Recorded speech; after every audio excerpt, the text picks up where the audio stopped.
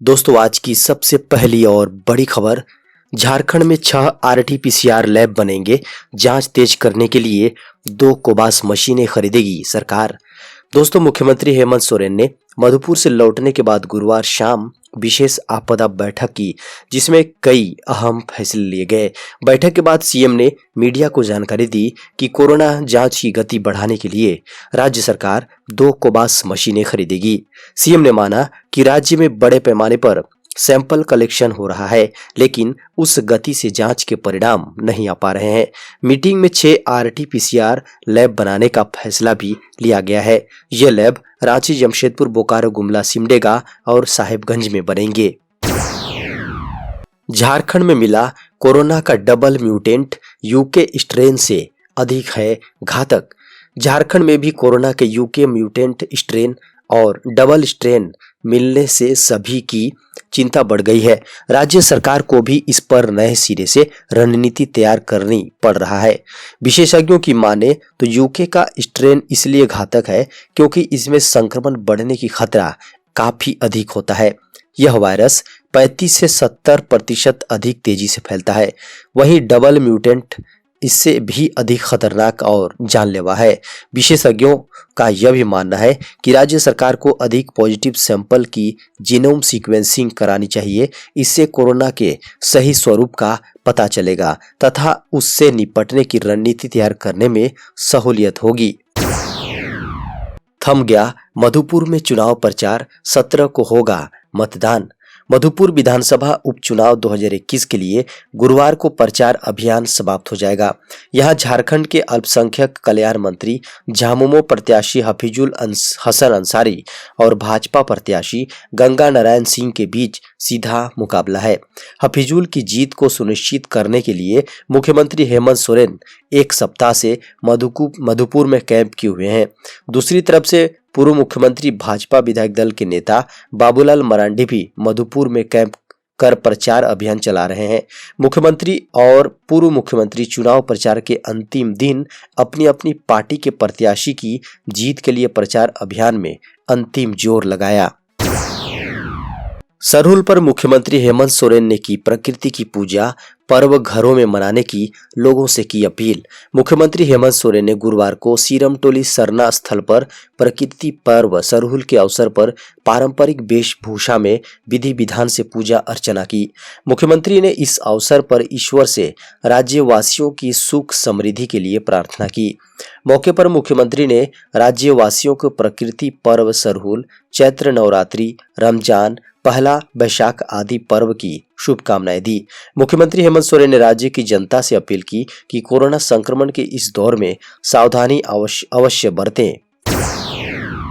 Corona के बढ़ते मामलों को देखते हुए स्थगित की गई नीट की परीक्षा। कोरोना के बढ़ते नए मामलों को देखते हुए केंद्र सरकार ने राष्ट्रीय पात्रता सह प्रवेश परीक्षा स्नातकोत्तर यानी नीट को स्थगित कर दिया है। यह परीक्षा 18 अप्रैल को होने वाली थी।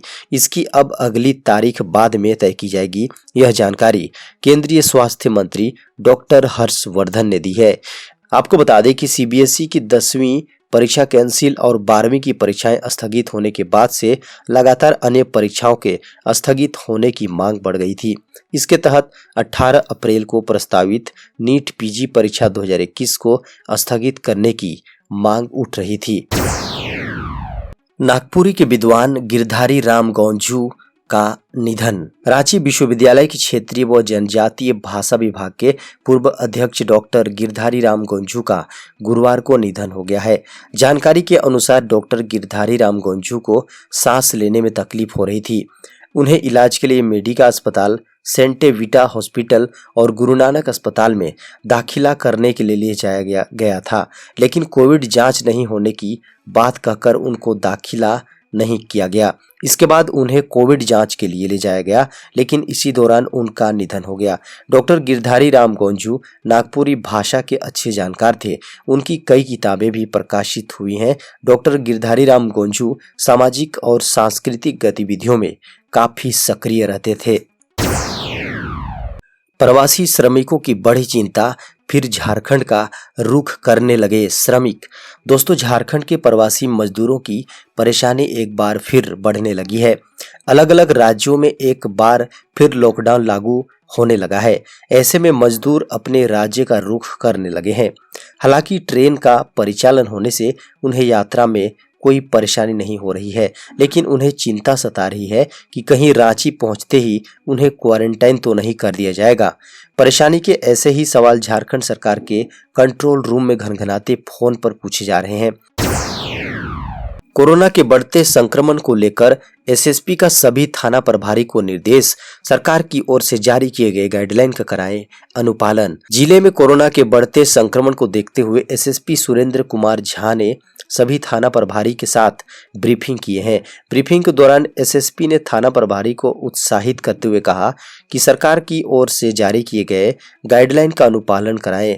कोरोना संक्रमण से बचने के लिए गली मोहल्ले, सड़क, चौक चौराहे पर माइकिंग कराएं।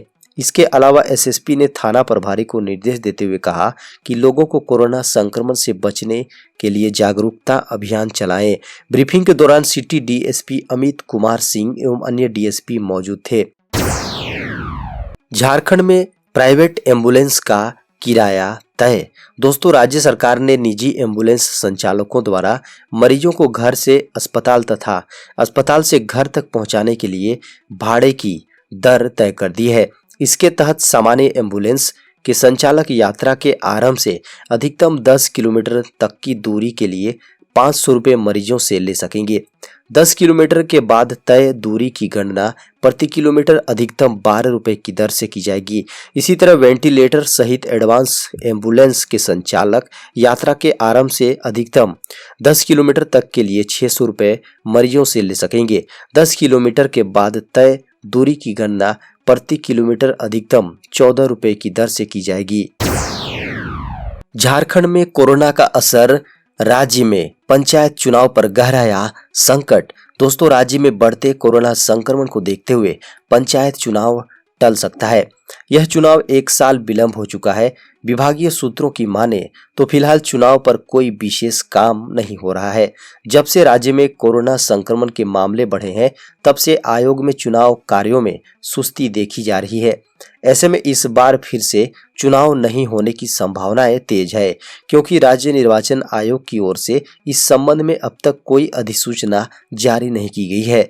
जबकि ग्रामीण विकास मंत्री की ओर से पूर्व में बताया गया था कि अप्रैल से मई तक पंचायत चुनाव करा लिया जाएगा। देश में कोरोना वैक्सीन की चोरी का पहला मामला आया सामने। दोस्तों, राजस्थान की राजधानी जयपुर से एक चौंकाने वाली खबर सामने आ रही है।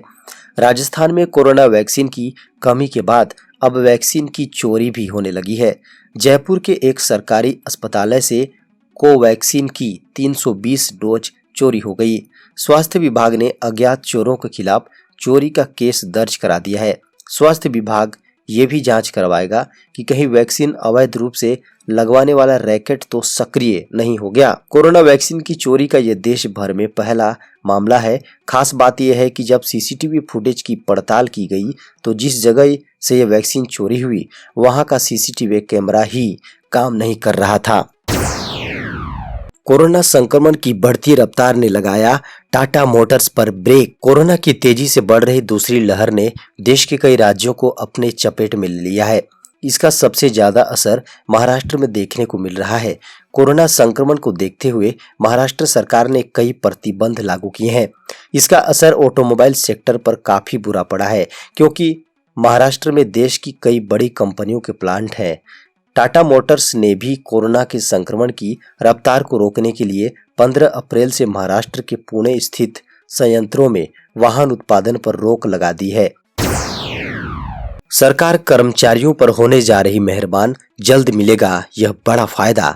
दोस्तों, देश में एक बार फिर कोरोना वायरस संक्रमण का संकट बढ़ता ही जा रहा है, लेकिन इस बीच सरकारी कर्मचारियों को लेकर एक बड़ी खबर सामने आ रही है। अगर आपके घर में कोई सरकारी कर्मचारी है तो यह खबर आपके लिए काफी मायने रखती है। बताया जा रहा है कि कोरोना कहर के चलते बीच में अटका हुआ महंगाई भत्ता सरकार 1 जुलाई से बहाल करने पर विचार कर रही है। महंगाई भत्ता बढ़ने के साथ ही कर्मचारियों के रिटायरमेंट फंड यानी प्रोविडेंट फंड में भी बढ़ोतरी करेगी। आपको बता दें कि 1 जुलाई 2021 से कर्मचारियों का ईपीएफ कंट्रीब्यूशन बढ़ सकता है। महंगाई भत्ते की 3 किस्त जारी होंगी। इससे महंगाई भत्ता बढ़कर 28% हो जाएगा। मजदूरों की वापसी को ध्यान में रखते हुए पनवेल और हटिया के बीच चलेगी स्पेशल ट्रेन। बढ़ते कोरोना संक्रमण के बीच मजदूरों की वापसी भी तेज हो गई है। ऐसे में कई स्पेशल रूटों में रेलवे बोर्ड की ओर से स्पेशल रेल चलाई जा रही है। इसी क्रम में रेलवे बोर्ड की ओर से Panvel Hatia one way special train के परिचालन की स्वीकृति दी गई। ये ट्रेन 15 अप्रैल से चलेगी। बोर्ड की अनुमति मिलने के बाद रांची रेल मंडल की ओर से सूचना जारी की गई है, जिसमें बताया गया है कि यात्रियों की भीड़ कम करने के लिए पनवेल हटिया के बीच सुपर फास्ट स्पेशल ट्रेन चलाई जाएगी।